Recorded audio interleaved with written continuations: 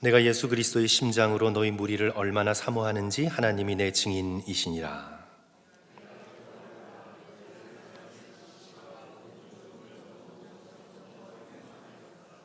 너희로 지극히 선한 것을 분별하며 또 진실하여 허물 없이 그리스도의 날까지 이르고 같이 읽습니다. 예수 그리스도로 말미암아 의의 열매가 가득하여 하나님의 영광과 찬송이 되기를 원하노라. 아멘.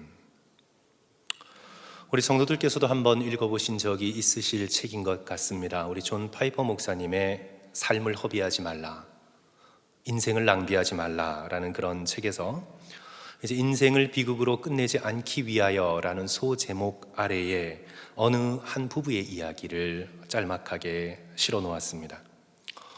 이 부부는 이제 젊었을 때부터 재정적으로 굉장히 잘 계획하여서 59세와 51세로 일찍 은퇴하게 되었습니다. 이제 은퇴 후에 삶의 보금자리를 플로리다로 옮기고, 그리고 9m짜리 트롤선을 타고 다니면서 조개 껍질을 주워 모으고 또 론 볼링을 하고 또 소프트볼을 하는 것으로 나머지 인생을 살아갑니다. 그리고 이제 그렇게 모은 조개 껍질로 자신의 집 사방을 장식하고 이웃들을 초청해 그 조개 껍질을 자랑하는 것으로 인생의 낙을 삼으면서 인생을 살아갑니다. 이제 존 파이퍼 목사님은 우리 보고 상상하라고 초청합니다. 성도 여러분, 한번 상상해 보십시오. 우리 아메리칸 드림으로 치자면 굉장히 괜찮지 않습니까? 근데 한번 상상해 보십시오. 생명의 주 되시는 창조주 하나님께서 그 부부에게 물으십니다. 마지막 심판의 때에 죽음을 통과하여 예수 그리스도 앞에 섰을 때에 물으십니다. 존 파이퍼 목사님이 쓰고 있는 거예요. 내가 너희에게 준 시간 동안 무엇을 하며 살았는가? 대답하기를, 하나님, 제가 모은 조개 껍질 좀 보세요. 이게 얼마나 아름다운지 모르겠어요. 이것 좀 보세요. 성도 여러분, 물론 자연을 사랑하는 취미가 나쁜 것은 아닙니다. 다른 취미에 비하면 훨씬 건전하고 좋은 것입니다. 하지만 성도 여러분, 우리의 인생은 취미 이상입니다. 취미가 우리의 인생의 목적이 될 수는 없습니다. 취미와 비교할 수 없는 우리를 향한 하나님의 부르심이 있습니다. 우리가 마지막 숨을 거둘 때까지 우리를 부르시는 하나님의 부르심의 소명이 있습니다. 이 존 파이퍼 목사님의 책과 동일한 제목의 설교에서 존 파이퍼 목사님은 루비 엘리어슨이라는 사람과 로라 에드워즈를 소개하고 있습니다. 둘 다 2004년 4월 아프리카 카메룬에서 죽었습니다. 루비는 간호사로 평생 일하고 은퇴하여 카메룬에 왔습니다. 평생 독신으로 살았는데 복음을 듣지 못한 사람들, 가난한 사람들, 병든 사람들에게 기회가 주어지는 대로 예수 그리스도를 알리며 그 사랑을 전하며 살다가 이제 은퇴하여서 더욱 가난한 나라인 카메룬으로 가서 의료 사역을 했습니다.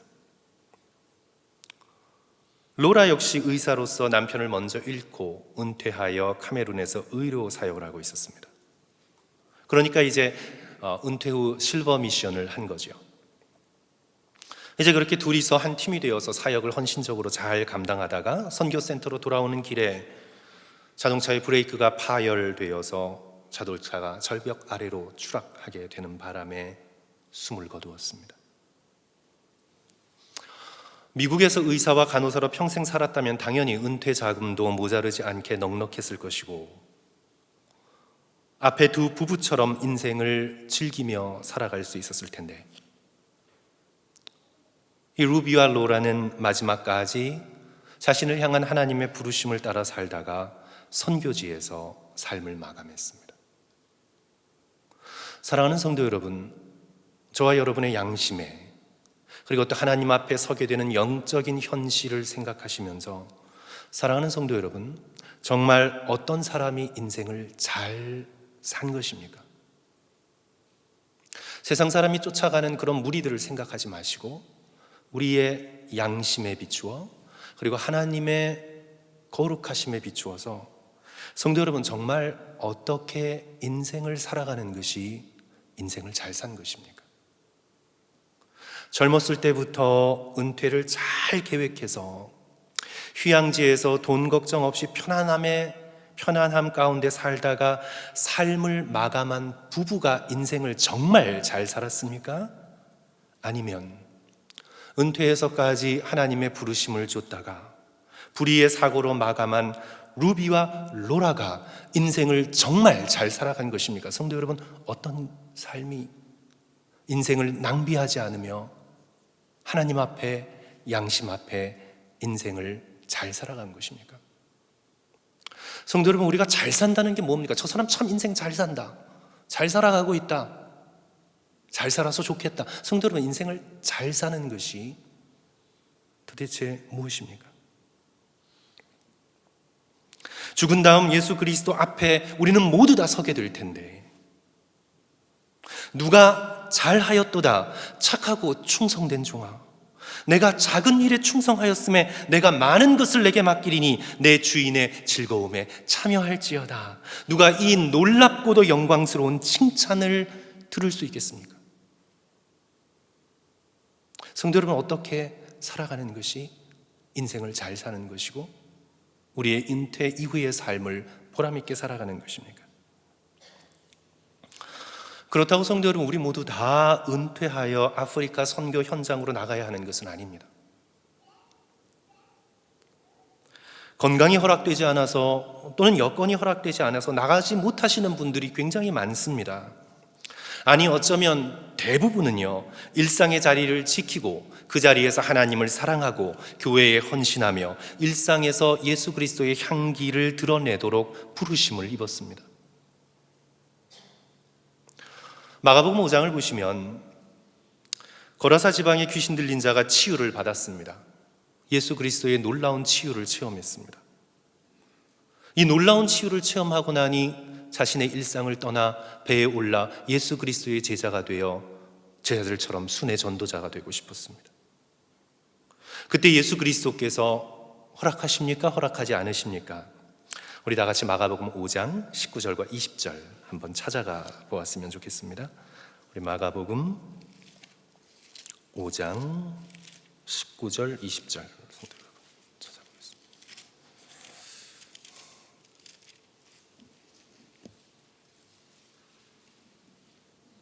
신약성경 60쪽에 있는데요, 우리 다 같이 한 목소리로 19절과 20절 말씀 우리 함께 읽을까요? 다 찾으셨어요? 시작. 허락하지 아니하시고 그에게 이르시되 집으로 돌아가 주께서 내게 어떻게 큰 일을 행하사 너를 불쌍히 여기신 것을 내 가족에게 알리라 하시니, 그가 가서 예수께서 자기에게 어떻게 큰 일 행하셨는지를 데가볼리에 전파하니 모든 사람이 놀랍게 여기더라. 아멘. 모두 다 순회 전도자가 되어야 되는 것 아니고요, 모두 다 아프리카로 달려가야 되는 것 아니고, 모두 다 실버 미션을 해야 되는 것 아닙니다. 말씀드린 것처럼 대부분의 사람들은 일상에 남아 예수께서 우리에게 하신 놀라운 구원의 일을 알리는 사명을 받았습니다. 제가 오래전에 한국에서 매일 성경 발행하는 성서유니온의 한 간사님을 만나 대화를 나눈 적이 있었는데요, 이분은 독신이신데 자매님이세요. 자기 삶에 대한 목표의식이 너무나 뚜렷해서 제가 충격을 받았습니다. 그분이 고백하기를 자기는 마지막 호흡이 멈추는 순간까지 큐티 소그룹을 하다 죽을 것이라고 얘기를 했습니다. 너무나 뚜렷한 소명의식을 갖고 있었습니다. 그래서 자기는 늙어 집에 혼자 남는 것보다 양로원에 들어가는 게 좋다고 말을 했습니다. 양로원에 들어가서 동료 할아버지, 동료 할머니와 죽는 바로 그날까지 성경과 큐티책을 들고 함께 나누다가 마지막 숨을 거두겠다. 자신의 인생에 대한 뚜렷한 소명을 가지고 있었습니다. 저는 그 간사님과 대화를 나누면서 저는 굉장히 충격을 받았습니다. 제가 여태까지 이토록 뚜렷한 목표의식을 가지고 사시는 분을 본 적이 없었습니다. 다 은퇴하고 직업에서 노여나 좀 여유롭고 편안하게 살 것을 꿈꾸지, 끝까지 자기가 지금 하고 있는 이 일을 죽는 날까지 내가 해나가겠다, 저토록 분명하게 확신을 가지고 말씀하는 분을 만나지 못했습니다. 사랑하는 성도 여러분, 우리 믿음의 백성들은 죽는 날까지 분명한 목표 의식을 가지고 살아야 합니다. 하나님께서 우리의 호흡을 거두어 가시지 않고 남겨놓는 한에 있어 우리의 소명은, 사명은 아직 끝나지 않은 것입니다. 그것이 우리의 선교지이던, 우리의 일상이던, 양로원의 삶의 현장이던 간에 우리는 어디서든 예수 그리스도를 따라야 합니다. 우리는 예수 그리스도를 따라야 합니다. 오늘 빌립보서 본문의 말씀이 바로 믿음의 백성들이 어떤 목표를 가지고 인생을 살아가야 하는가에 대해서 가르침을 주시는 그런 말씀입니다. 오늘 저와 함께 읽은 빌립보서 1장 8절, 9절, 10절, 11절은요 사도 바울의 기도의 내용인데, 사도 바울께서 그냥 개인적인 바램을 가지고 기도하거나 그냥 어떤 인간적 필요를 가지고 기도하시는 것이 아니라 오늘 이 본문을 자세히 보시면 사도 바울께서 예수 그리스도의 심장을 가지고 빌립보 교인들을 향해 기도하고 있습니다. 8절 보십시오. 내가 예수 그리스도의 심장으로 너희 무리를 얼마나 사모하는지 하나님이 내 증인이시니라. 지금 사도 바울의 마음에는 예수 그리스도의 심장으로 가득 차 있습니다. 그리고 예수 그리스도의 심장을 가진 자마다 믿음의 백성들을 사랑하죠. 내가 너희들을 예수 그리스도의 심장으로 얼마나 사모하는지 하나님이 내 증인이시라. 이렇게 예수 그리스도의 심장을 가지고 빌립보 교인들을 생각하며 올린 기도이기에 이 기도는 빌립보 교인들을 향한 예수님의 뜻이 드러나 있습니다. 그래서 우리가 이 기도를 잘 살펴보면 이 기도는 빌립보 교인들뿐만 아니라 21세기 이 로스앤젤레스 땅을 살아가는 우리 모두가 어떤 인생의 목표를 가지고 살아가야 하는지에 대한 놀라운 영적인 교훈을 얻게 됩니다. 그래서 오늘 저녁 우리 성도들과 함께 일상에서 예수 그리스도를 따라 사는 삶, 우리 세 번째 시간으로 목적, 인생의 목적, 그냥 희미하게 이리저리 편안함을 추구하는 것이 아니라 우리가 살아가야 할 목표, 목적을 생각하면서 우리 두 가지로 말씀을 나누어 성도 여러분들과 함께 살펴보고자 합니다. 우리 첫 번째로요, 사랑하는 성도 여러분, 우리 모두는 어디에 살던 어떤 모습으로 살아가던 사랑과 지식과 총명이 더욱 풍성해지려는 목표를 가지고 우리는 날마다 신앙생활을 해나가야 합니다. 우리 다 같이 오늘 본문의 말씀 9절, 우리 빌립보서로 다시 돌아가셔서 우리 1장 9절 말씀 다 같이 한 목소리로 다시 한번 읽습니다. 시작. 내가 기도하노라 너희 사랑을 지식과 모든 총명으로 점점 더 풍성하게 하사. 우리 10절까지 읽죠. 너희로 지극히 선한 것을 분별하며 또 진실하여 허물 없이 그리스도의 날까지 이르고. 사도 바울의 빌립보 교인을 향한 기도의 내용이지요. 지금 사도 바울께서 빌립보 교인들에게 이렇게 기도하고 있는 것이 아닙니다. 너희들이 좀 더 건강해지고, 너희들이 좀 더 가난을 벗어나 풍성해지고, 그래서 너희들이 좀 더 유명한 사람들이 많아서 세상 사람들의 주목을 받게 되고, 그래서 너희들이 좀 더 편안한 노후 생활을 해달라고 사도 바울께서 그렇게 기도하는 것이 아닙니다, 성도 여러분. 사도 바울의 빌립보 교인들을 향한 기도는 너희들의 그 사랑의 지식이 더해지고 그 지식의 총명이 더해져서 너희들의 사랑과 지식과 총명이 점점 더 풍성하게 되기를 내가 기도하노라. 사도 바울의 이 기도는 물질적 간구가 아니라 영적인 간구입니다. 사랑하는 성도 여러분, 우리가 잊지 말아야 할 것은요, 우리는 영적인 존재입니다. 우리는 단지 물질적인 존재가 아닙니다. 우리는 영적인 존재입니다. 오늘 우리는 이 물질을 벗어버리고 영적인 존재로서 하나님과 함께 영원히 살도록 창조된 그런 영적인 존재입니다. 그래서 우리 믿음의 백성들은 이 세상을 70, 80, 90 물질적으로 어떻게 살아갈까 하는 목표를 뛰어넘어 우리는 영적인 목표를 가지고 우리는 이 세상을 살아가도록 부르심을 받은 믿음의 백성들입니다. 그래서 우리는 목표를 가지되 이 세상을 초월한 목표를 우리는 가져야 합니다. 내가 부자가 되고 건강한 사람이 되고 사회적 영향력이 있는 사람이 되는 것을 넘어 오늘 내가 영적인 목표를 가져야 합니다. 우리 자녀들에게 영적인 목표를 가지라고 일깨워줘야 합니다. 부모가 영적인 목표를 가지지 못했는데 어떻게 자녀에게 영적인 목표를 가지라고 일깨워 줄 수가 있겠습니까? 오늘 우리는 영적인 목표를 가져야 합니다. 오늘 이 빌립보서의 말씀에 따르면 이 오늘 빌립보서 말씀 1장 9절과 10절은요, 사도 바울께서 우리 모두가 가져야 하는 영적인 목표를 우리에게 보여주고 있는데, 그것은 더 사랑하는 사람이 되어라, 더 지식을 갖춘 사람이 되어라, 그리고 더 총명한 사람이 되어라, 이렇게 기도하고 있는 것입니다.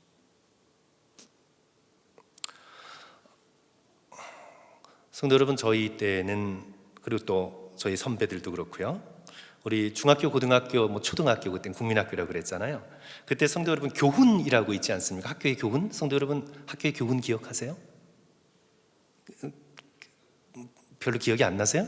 그럼 이렇게 급훈 기억하세요? 이렇게 학급 앞에 이렇게 태극기 걸어놓고 옆 밑에 이렇게 하는 급훈이라고 해서 교실 정면에 걸어둬서 우리는 이렇게 되자. 그래서 예를 들어 정직하자, 예를 들어 열심히 하자, 포기하지 말자, 이렇게 급훈 걸어놨는데 기억나는 거 있으세요? 성실 이런 거 이렇게 해놓고 그렇잖아요. 요즘 한국에서 재미있는 가훈이나 급훈을 모아놓은 것이 있어서 제가 읽은 적이 있는데, 그냥 좀 웃으시라고, 제 설교가 좀 딱딱할 것 같아서 웃으시라고 제가 좀 알려드리는데요, 어떤 집 가훈은 이렇대요. 주식을 하지 말자, 보증은 절대 서지 말자, 밥은 먹고 살자. 이렇게 가훈이 3개예요. 성도 여러분 마음에 드시면 그렇게 적어서 집에 한번 걸어놔 보십시오.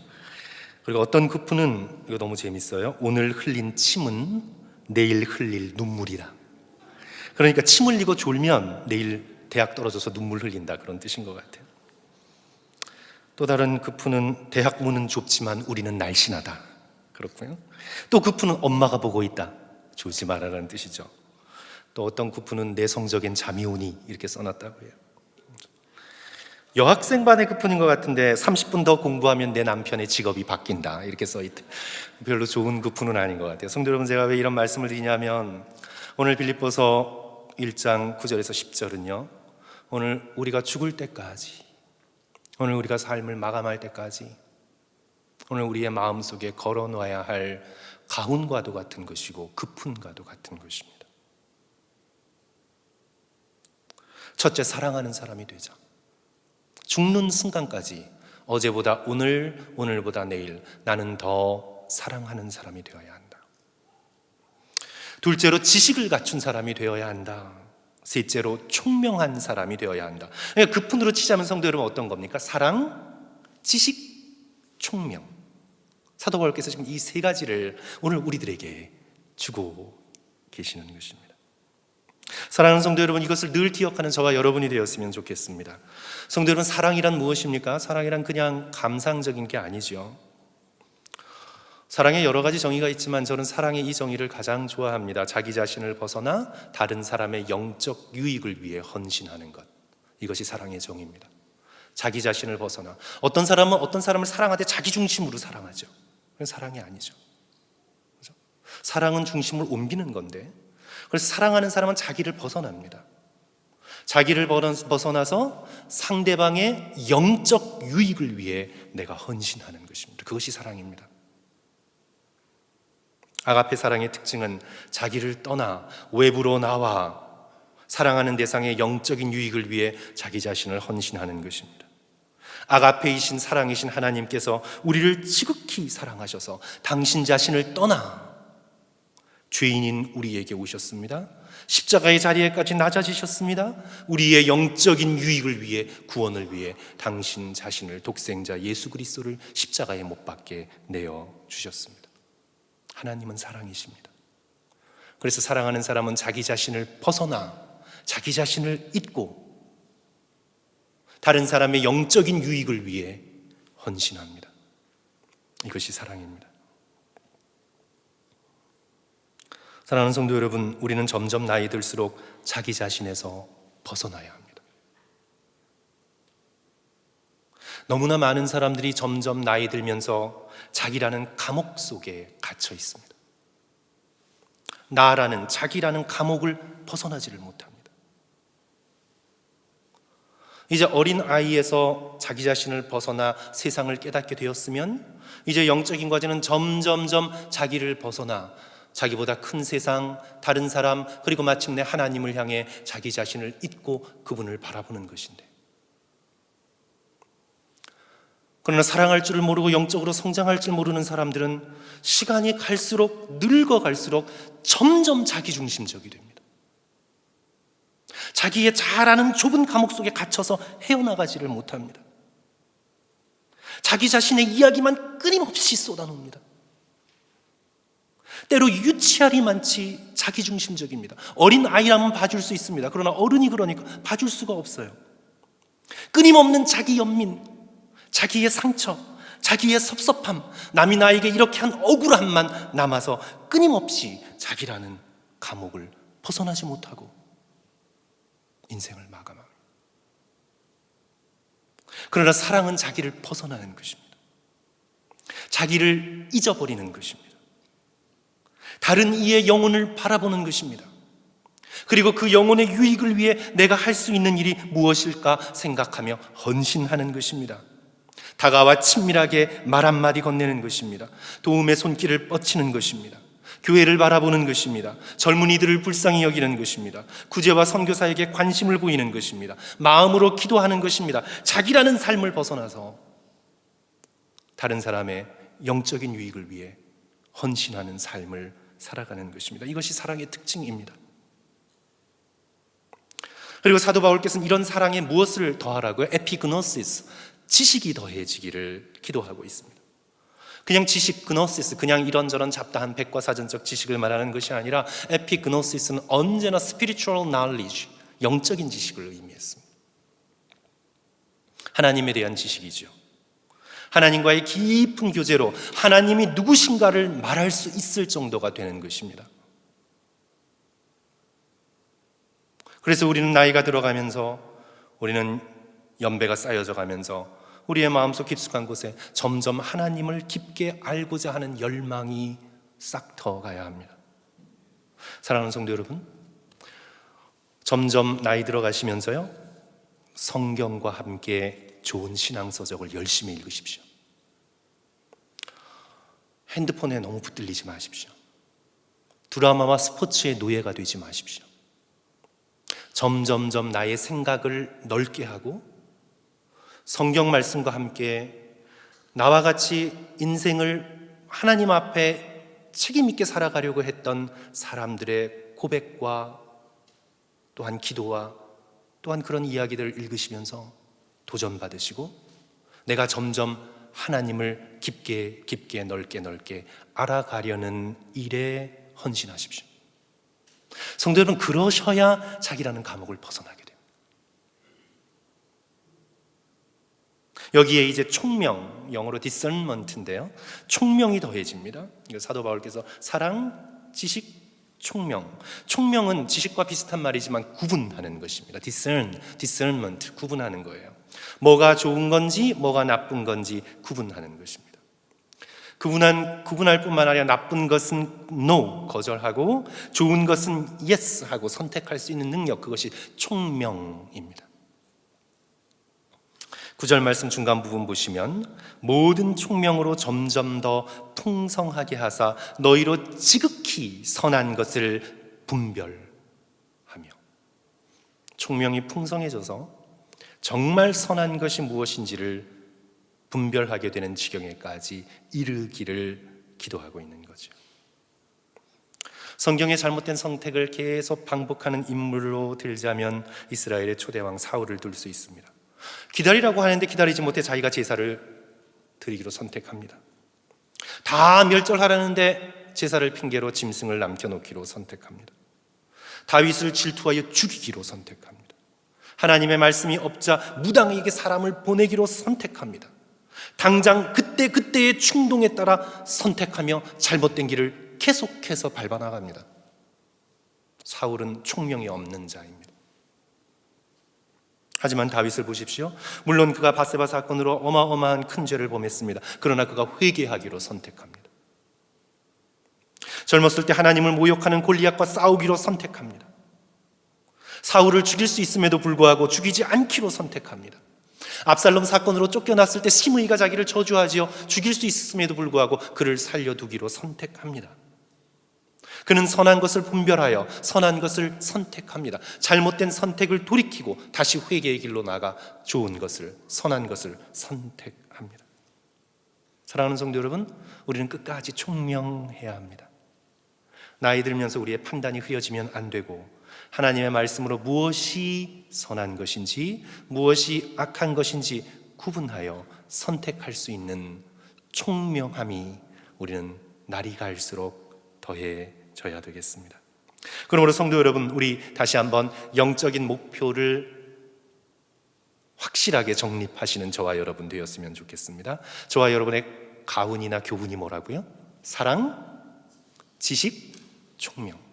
이것을 기억하시면서 우리가 함께 영적인 목표를 이루기 위해 오늘 하루하루 어디에 있든지 믿음으로 살아가시는 저와 여러분 되시기를 주님의 이름으로 간절히 축원합니다. 우리 이제 두 번째로요, 예수님 앞에 순결하게 서는 것이 우리의 목표가 되어야 합니다. 우리 10절부터 11절까지 성도 여러분 다 같이 한 목소리로 읽습니다. 10절, 11절 너희로 시작.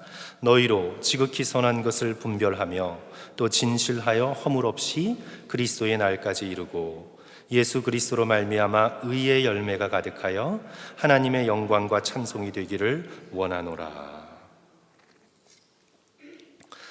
여기 그리스도의 날이란 우리가 다 아는 재림의 날입니다. 심판의 날입니다. 우주적 재림의 날, 우주적 심판의 날이 있음과 동시에 개인적인 종말의 날, 개인적인 심판의 날이 있습니다. 우리는 온 우주의 구주 되시는 주님 앞에 서게 될 우리 영혼의 가장 중요한 날,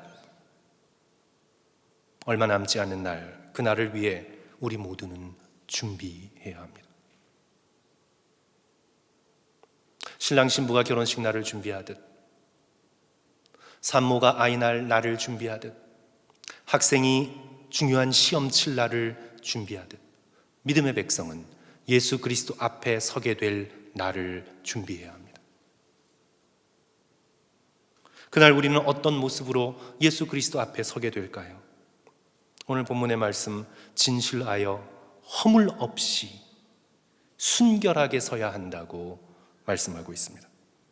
진실하여 허물 없이, 그리고 의의 열매가 가득하여 예수 그리스도 앞에 서야 한다고 말씀합니다. 한번 성도 여러분 그 모습을 상상해 볼까요?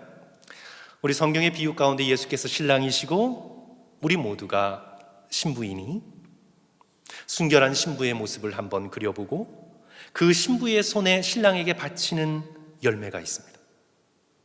그리고 그 열매는 의의 열매입니다.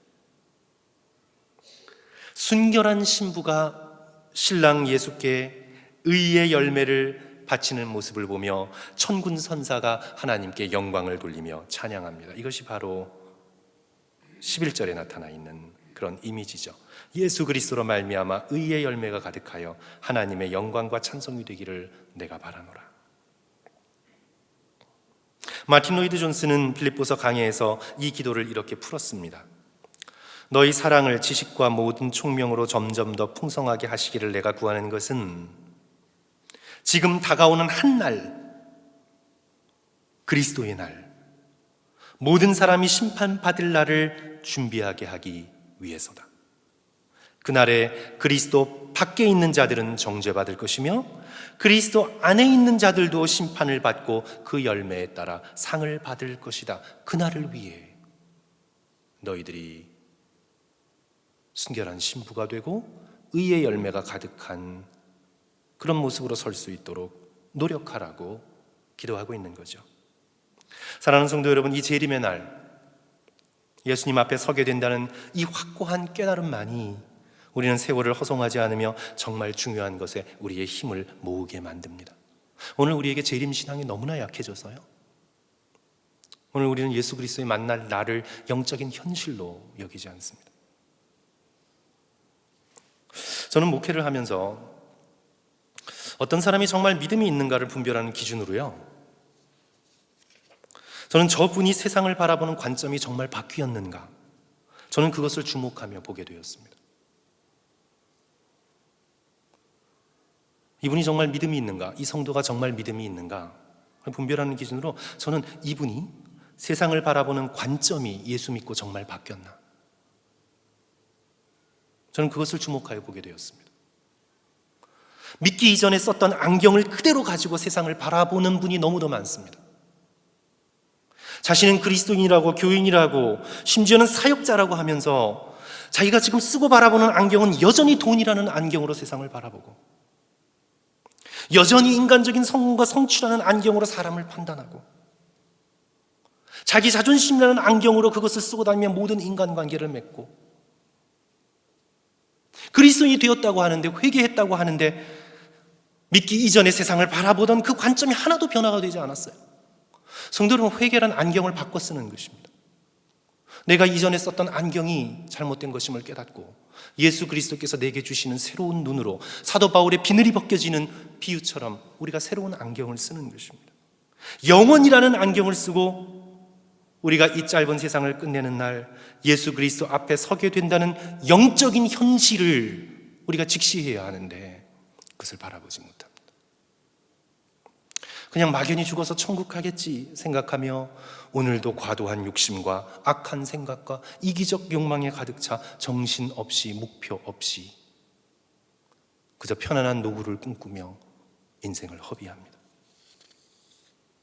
하나님을 바라볼 생각도 꿈꾸지 못하고 영혼을 소망할 마음도 얻지 못하고 예수님 앞에 서게 된다는 영적인 현실도 무시합니다. 사랑하는 성도 여러분, 우리의 진정한 현실은요, 내 손에 들린 돈의 액수가 현실이 아니라 내가 의의 열매를 가지고 살아계신 예수 그리스도 앞에 서게 된다는 것이 현실입니다. 성도 여러분, 그것이 현실입니다. 그런데 현실을 뒤바꾸지요. 우리는 꿈과 환상을 현실이라 그러고 진정한 현실을 그냥 페리테일 정도로만 여기고 우리는 그렇게 인생을 허비합니다. 성도 여러분, 우리가 함께 묵상하고 있는 예레미야 본문의 말씀이지요. 생명의 삶 오늘 본문인데요. 성도 여러분, 우리 다 같이 찾아서 읽습니다. 예레미야 18장 11절. 예레미야 시대의 유다 백성이 꼭 그랬습니다. 예레미야 18장 11절 우리 한번 찾아서 읽습니다.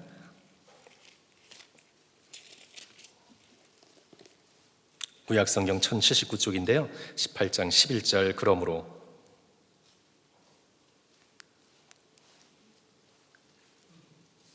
찾으셨어요? 조금 긴데 우리 다 같이 한 목소리로 읽습니다. 시작. 그러므로 이제 너는 유다 사람들과 예루살렘 주민에게 말하여 이르기를 여호와의 말씀에 보라, 내가 너희에게 재앙을 내리며 계책을 세워 너희를 치려하노니 너희는 각기 악한 길에서 돌이키며 너희의 길과 행위를 아름답게 하라 하셨다 하라. 하나님께서 유다 백성에게 예레미야를 통해 회개의 기회를 주십니다. 그런데 이들의 반응이 어떻습니까? 12절. 성도 여러분, 12절 다 같이 읽습니다. 시작. 그러나 그들이 말하기를 이는 헛되니 우리는 우리의 계획대로 행하며 우리는 각기 악한 마음이 완악한 대로 행하리라. 하나님의 심판을 헛되다라고 얘기합니다. 뉘우치고 회개하려는 하나님의 초대에 여전히 자기의 욕심의 안경, 탐욕의 안경, 불의의 안경을 벗지 않습니다. 그냥 내버려 두세요. 하나님, 귀찮게 하지 마시오. 이대로 살다 가겠소. 우리의 계획을 바꾸지 않겠소. 악한 일 하던 대로 하겠소. 상관하지 마시오. 이것이 이스라엘 백성의 반응입니다. 사랑하는 성도 여러분, 하지만 진정 회개한 믿음의 백성은 확실히 압니다. 우리의 현실이 예수님 앞에 서는 것이라는 걸 압니다. 그래서 그 현실을 준비하는 자마다 매일매일 말씀을 붙들고 예수님 앞에 서는 경건의 훈련을 합니다. 하나님께서 오늘 나를 거두어 가신다면 내가 오늘 과연 십자가를 붙들고 나의 모든 죄를 용서함 받은 깨끗한 신부가 되어서 내가 주님 앞에 설 수 있는가? 이 기도를 어린 아이에게까지 시켰습니다. 너가 오늘 자지 못하고 깬다 할지라도 너는 어디에 가게 될 줄 너는 아는가? 꼭 물었습니다. 자기 전에 부모가, 아버지가, 어머니가.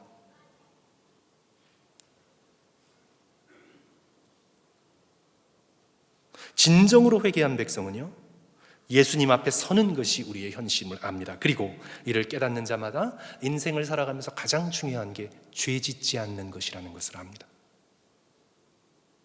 죄를 조금 짓고 편하게 살아가는 길보다 현실이 순결하신 예수 그리스도 앞에 서는 것이니까 그 현실, 영적인 현실을 살아가는 자마다 죄 짓지 않으려 노력합니다.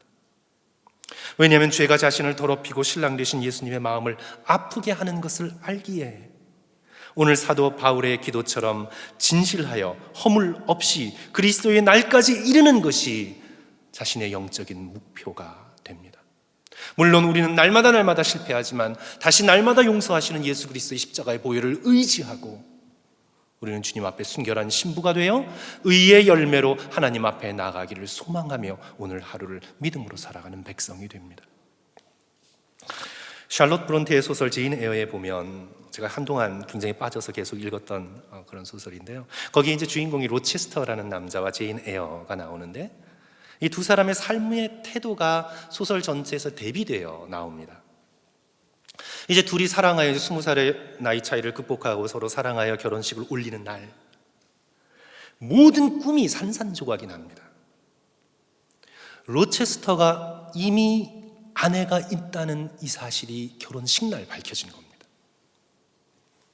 그런데 이 로체스터는 나름대로 억울했습니다. 자기가 젊었을 때 인도양의 섬에서 우연히 만나 결혼했습니다. 그리고 그 여인은 자신의 정신병인 걸 속이고 결혼을 했습니다. 자신도 속아서 결혼을 한 것입니다. 그리고 이제 정신병이 발병하여 중년에 이르도록 치료하고 보살폈지만 이제는 사람을 죽이는 정도에까지 이르면서 더 이상 불가능한 상황이 됩니다. 그러다가 이제 제인을 만나서 사랑하게 되고 이제 그 사실을 숨긴 채 결혼하려 한 것입니다.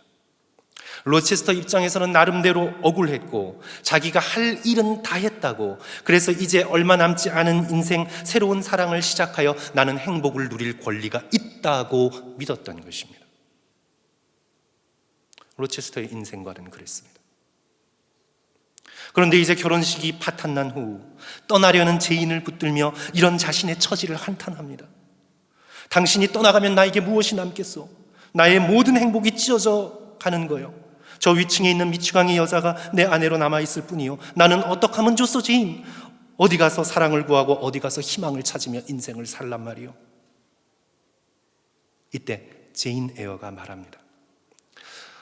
제인 에어를 풀어내는 비평가들은 여러 말을 하지만 저는 이 부분에서 소설이 가장 중요한 포인트가 있다고 저는 나름대로 생각해요. 제인 에어가 로체스터에게 이런 말을 합니다. 제가 하라는 대로 하세요. 하나님을 믿고 자신을 믿고 천국을 믿으세요. 그리고 거기서 우리가 다시 만나기를 원합니다.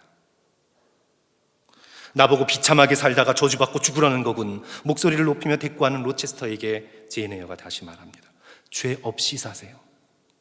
그리고 부디 평안한 죽음을 맞으시기를 원해요. 우리는, 이제 이 부분이 저는 중요하다고 생각합니다. 우리는 애쓰고 참기 위해 이 세상에 태어났어요. 당신도 저도 마찬가지고 제발 애쓰고 참아나가며 하나님을 믿고 천국을 믿으세요. 성도 여러분, 두 사람의 삶을 대하는 태도가 극명하게 대립되죠. 로체스터는 삶이란 자기의 권리를 지키고 행복을 즐기는 것이라고 믿었습니다. 그러나 제인 에어는 삶이란 하나님을 믿고 천국을 소망하고 죄짓지 않고 인내하는 것이라고 믿었습니다.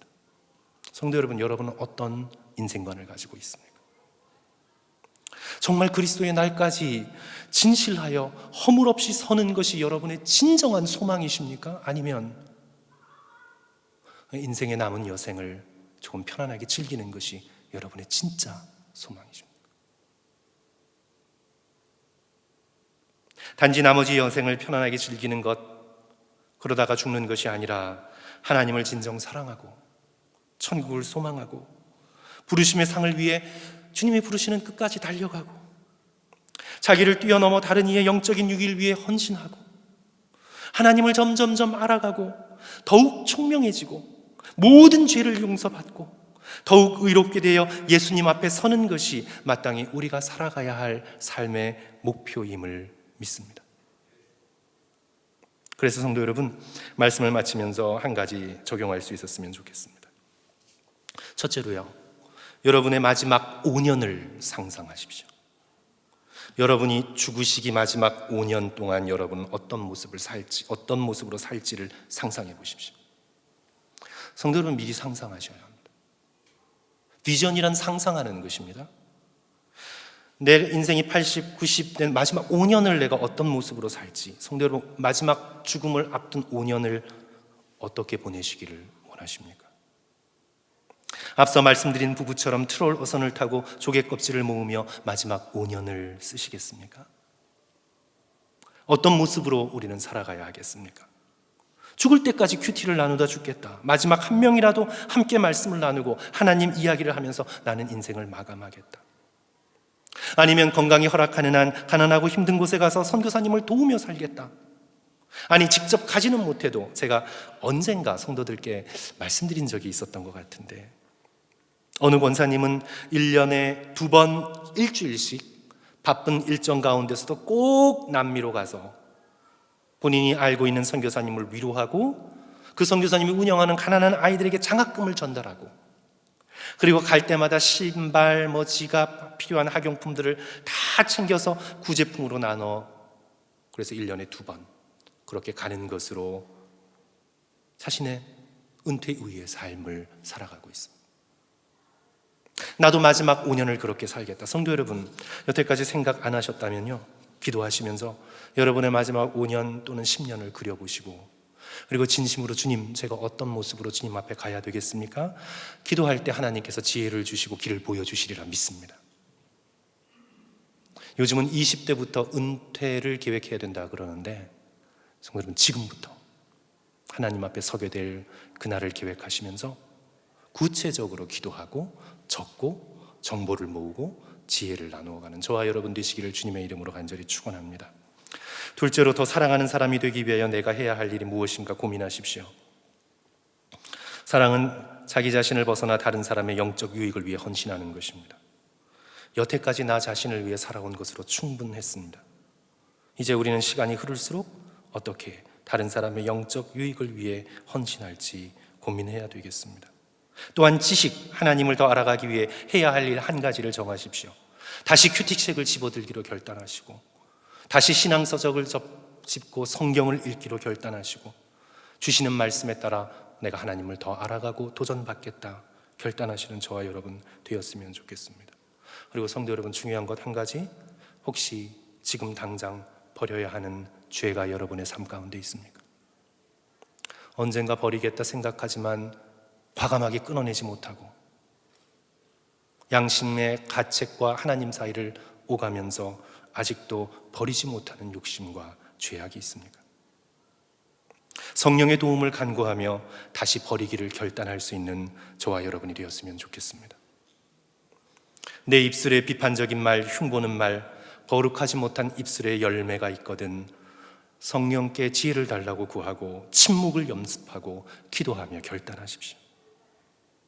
정직하지 못하게 자꾸 핑계대는 변명하는 습관이 있다면 나 자신을 변명하기 위해 이런저런 말로 꾸미지 말고 오직 진실만을 말하겠다고 결단하십시오. 정욕의 문제로 고민하고 있거든 주여 깨끗한 마음을 주시고 절제할 수 있는 욕망을 내게 달라고 주님 앞에 기도하십시오. 늘 걱정하고 염려하는 것이 삶의 습관으로 자리 잡았다면 걱정거리가 언습할 때마다 하나님께 아뢰고 기도하기로 결단하십시오. 내가 버려야 할 죄, 그 한 가지를 떠올리며 그것을 당장 버릴 수 있는 그런 결단을 해나가시는 저와 여러분 되시기를 주님의 이름으로 간절히 축원합니다. 성도 여러분, 오늘 말씀을 마칩니다. 성도 여러분, 우리의 삶이 때로는 아무것도 아닌 것처럼 짧습니다. 얼마나 짧습니까? 얼마나 짧은지 모르겠어요. 제가 이번에 7월 첫 주가 되면 성도 여러분 뵌 지 4년이에요 벌써. 좀 믿어지지가 않아요. 저는 시간이 왜 이렇게 빨리 흐르는지. 그래서 우리의 삶이 이 세상의 짧은 덧없음에 비하면 너무 짧아서 아무것도 아닌 것처럼 느껴지죠. 그런데 성도 여러분, 하나님은, 성경은 오늘 우리에게 말씀합니다. 영혼의 관점에서 볼 때 지금 오늘 우리가 살아가는 이 시간이 너무 중요합니다. 너무 중요합니다. 왜냐하면 바로 지금이 은혜의 때고, 바로 지금이 구원의 날이고, 바로 지금 내가 예수 그리스도를 붙들고 예수 그리스도를 사랑해야 될 때이고, 바로 지금 내가 그리스도의 십자가를 붙드느냐, 그 주님을 붙들고 어떻게 살아가느냐에 따라 내가 하나님 앞에, 주님 앞에 서게 될 영혼의 운명이 결정되어지는, 어떻게 보면 이 세상은 굉장히 덧없이 짧은 것 같지만 영혼의 관점에서 볼 땐 엄청나게 소중한, 1분 1초를 낭비할 수 없는 너무나 소중한, 바로 지금이 은혜의 때고 바로 지금이 구원의 날인 것을 성도 여러분, 우리는 깨닫습니다. 하찮은 세상의 물질과 명예에 집착하느라 세월을 낭비하기에는 너무나 소중한 시간들입니다. 우리가 무슨 일을 하든, 어떤 일을 하든, 우리의 은퇴 이후의 모습이 어떤 모습으로 이루어지든 우리는 다시 한번 신앙 안에서 우리의 인생의 목적을 새롭게 하는 저와 여러분이 되었으면 좋겠습니다. 지금부터라도 삶을 낭비하지 않고 주님의 날에 흠없이 설 수 있도록 십자가를 붙들며 하루하루 예수 그리스도와 함께 깊은 영적인 아름다운 교제를 누리시며 주와 함께 동행하시는, 예수 그리스도와 함께 걷는 저와 여러분 되시기를 주님의 이름으로 간절히 축원합니다. 우리 함께 기도하겠습니다.